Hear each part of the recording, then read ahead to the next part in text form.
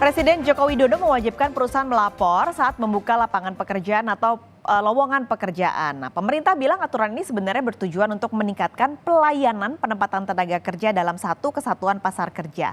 Apakah kebijakan pemerintah ini bisa diterima oleh pekerja? Kompas Bisnis pagi ini sudah bersama dengan Sekretaris Jenderal Organisasi Pekerja Seluruh Indonesia, Timbul Siregar. Bang Timbul, selamat pagi. Selamat pagi, Mbak.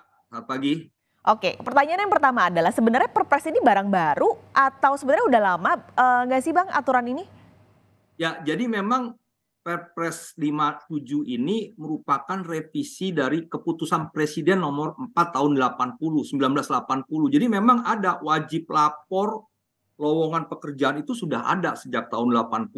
Nah, tapi memang ini tidak maksimal ya, tidak terintegrasi sehingga kalau yang sekarang sebelum adanya Perpres 57 ini ya kedatang ke suatu dinas tenaga kerja, di situ ada pembukaan lowongan, tapi belum tentu wilayah lain dapat gitu. Hmm. Nah, jadi memang Kepres 4 tahun 1980 memang sudah tepat direvisi dengan lahirnya Peraturan Presiden nomor 57 tahun 2023 tentang wajib lapor lowongan pekerjaan, di mana seluruh pengusaha swasta, BUMN dan sebagainya itu membuka informasi lowongan pekerjaannya sehingga ini bisa diakses oleh seluruh masyarakat. Nah, jadi kan kalau Undang-Undang Dasar 45 kan bilang seluruh rakyat Indonesia berhak atas pekerjaan yang layak. Pekerjaan yang layak itu kan dimulai dari lowongan pekerjaan yang merupakan bagian dari sistem pelayanan informasi pasar kerja. Sistem pelayanan informasi pasar kerja itu kan bagian dari pelayanan penempatan tenaga kerja. Nah, pelayanan tenaga kerja ini dalam rangka untuk mempertemukan antara demand dan supply, antara kebutuhan perusahaan dengan ketersediaan SDM, sehingga bisa lebih match gitu, bisa nyambung kebutuhannya ini, SDM-nya yang memenuhi itu ya ini. Nah, Oke. jadi ini juga dalam rangka untuk meningkatkan tingkat produktivitas. Jangan sampai yang dibutuhkan A ya udah asal masuk aja gitu. Nah, nanti juga kan perusahaan akan mengalami kesulitan bagaimana produktivitas orang yang memang nggak match dengan kebutuhannya. Nah, jadi tentunya ini dalam rangka untuk meningkatkan produktivitas sehingga seluruh pekerja, seluruh calon pekerja berhak mendapatkan informasi. Nah, ini memang dikelola oleh Kementerian Ketenagakerjaan. Nanti dengan dinas-dinas tenaga kerja terintegrasi semuanya.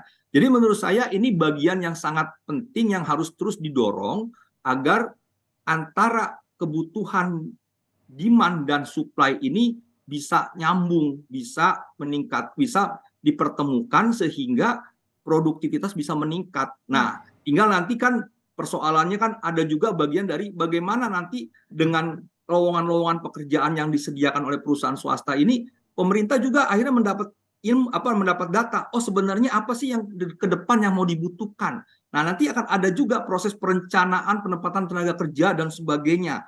Bagaimana didukung oleh pelatihan vokasional, pendidikan vokasional sehingga skill yang mau dipersiapkan nyambung dengan apa kebutuhannya ke depan. Nah, tentunya memang dalam Perpres 57 ini tidak hanya untuk dalam negeri, ini juga dengan luar negeri. Nah, makanya itu juga bagaimana tentang KBRI, KJRI juga harus juga bisa mendorong, bisa bekerja proaktif mendapatkan informasi lowongan pekerjaan dari luar negeri Oke. sehingga ketika mereka dapat, oh misalnya butuh perawat, nah mereka tinggal tinggal informasikan di sini sudah ada tenaga perawat, tinggal dipertemukan deal, tinggal dikirim bahwa tenaga-tenaga profesional kita tidak hanya bekerja dalam negeri tapi di luar negeri juga. Jadi intinya adalah bagaimana penempatan tenaga kerja itu lebih fokus, lebih sesuai dengan kebutuhan sehingga lebih produktif gitu ke depannya. Bang Timbul, artinya ini kan semua akan dalam satu sistem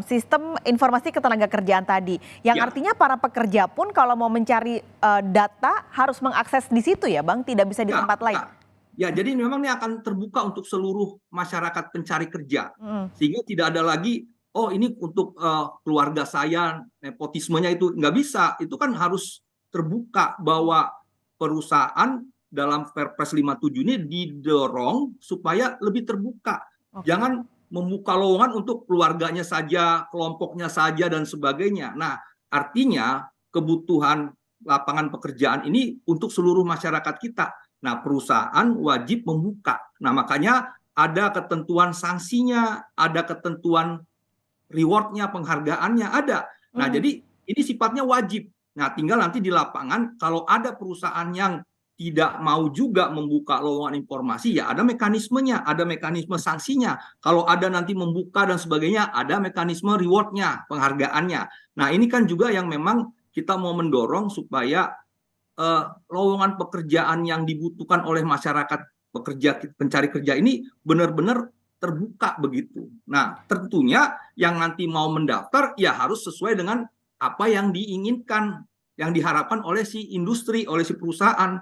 Tidak sekedar melamar. Kalau dia nanti nggak bisa tentang IT, yang nggak usah melamar kan begitu, karena kebutuhannya tentang IT seperti itu. Ini harusnya juga berlaku untuk BUMN kan ya Bang? BUMN juga. Jadi kan sebenarnya untuk seluruh ya pegawai negeri kan begitu juga. Artinya ketika butuh PNS, calon PNS atau P3K, mereka kan melempar ke publik. Ini loh. Nah, demikian juga mau swasta, BUMN, atau siapapun yang memang membutuhkan tenaga kerja, itu harus membuka informasi pasar kerjanya, informasi lowongan kerjanya, sehingga bisa diakses. Dan ini menurut saya harus didukung kepastian oleh seluruh masyarakat, oleh seluruh stakeholder ya, perusahaan, Apindo harus punya komitmen untuk membuka ini. Karena jangan sampai tadi bahwa lowongan itu hanya untuk orang-orang tertentu gitu ya. Nah, ini yang kembali bagaimana pemerintah terus membenahi sistem informasi pasar kerjanya yang dimulai dengan wajib lapor lowongan pekerjaan. Jadi ada informasinya, tinggal disalurkan oleh pemerintah. Tapi kita kalau ngomongin sistem pemerintah ya Bang Timbul, kadang ada aja gitu loh, misalnya ternyata database-nya jelek atau webnya tidak mumpuni. Sekarang kan kalau seperti ini kan kita sudah disediakan gitu ya para pekerja, misalnya kita cari pekerjaan di sebut saja LinkedIn gitu atau di Jobstreet, Jobhunt atau apapun yang sudah banyak. Nah, apakah sistem yang dimiliki pemerintah ini sudah siap untuk bisa menyediakan fasilitas ini? Ya, jadi konsekuensi lahirnya Perpres 57 ini ya memang harus disiapkan, harus mampu bisa menjawab kebutuhan-kebutuhan yang diharapkan oleh pemerintah dan oleh pencari kerja dan oleh si perusahaan yang membuka lowongan pekerjaan ini. Nah, memang tentunya gini, kita punya ya Undang-Undang 7 tahun 1981 tentang wajib lapor ketenagakerjaan. Sebenarnya ini kan bagian dari wajib lapor ketenagakerjaan, tetapi memang kembali persoalannya itu kan tidak maksimal, sehingga tadi disebutkan betul, jangan sampai Perpres 57 ini mengulang kehadiran Undang-Undang 7 tahun 81 yang memang juga sebenarnya baik, sangat baik menurut saya kalau itu bisa dijalankan, masyarakat pencari kerja kita lebih punya pengetahuan begitu. Nah, jadi kembali persoalan ke depan ini memang harus sebenarnya benar-benar harus dipersiapkan oleh pemerintah. Jangan sekedar ada ya. Oh, kita punya wajib lapor lowongan pekerjaan, tapi infrastrukturnya susah ketika diakses tidak bisa karena websitenya tidak mampu dan sebagainya. Nah, ini kan persoalan-persoalan teknis yang sebenarnya harus selesai ya. Dan kami percaya kepada pemerintah bahwa sebelum Perpres 57 ini dimunculkan, disahkan tanggal 25 September 2023 lalu, seluruh infrastruktur sudah. Nah, tinggal memang sekarang kan kalau infrastrukturnya sudah oke, tinggal di-approach kepada para pengusaha. Yuk kita patuhi Perpres 57 karena ini adalah hak seluruh rakyat Indonesia pencari kerja. Nah, tinggal para pengusaha ini mau untuk mengupload ini lowongan pekerjaan yang kami butuhkan. Termasuk penghargaan yang tadi ya, yang harusnya bisa mendorong tingkat kepatuhan perusahaan. Nah, iya. Jadi memang saya mau mengatakan juga memang ada sanksinya, tapi harus kita coba dorong edukatif melalui persuasif kepada pengusaha. Yuk